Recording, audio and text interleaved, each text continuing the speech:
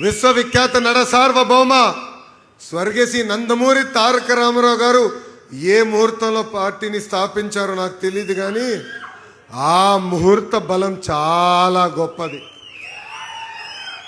ఎంతో మంది అధికారంలోకి వచ్చి అనేక మాటలు మాట్లాడారు. తెలుగుదేశం పార్టీ లేకుండా చేస్తామన్నారు. వాళ్ళే ఈరోజు ఒక క్రికెట్ టీంకి స్థాయికి పడిపోయారు. టీమ్ 11 11 స్థానాలకు వచ్చే పరిస్థితి మనందరం చూసాం. పోరాటాల గడప మన కడప జిల్లా. అనేక కేసులు పెట్టారు, అన్ని రకాలుగా ఇబ్బంది పెట్టాలని ప్రయత్నించారు. కానీ మన పసుపు సైన్యం ఇచ్చిన దెబ్బకి ఇప్పటికీ కడప గడపలో కూడా కోలుకోలేకపోయారు.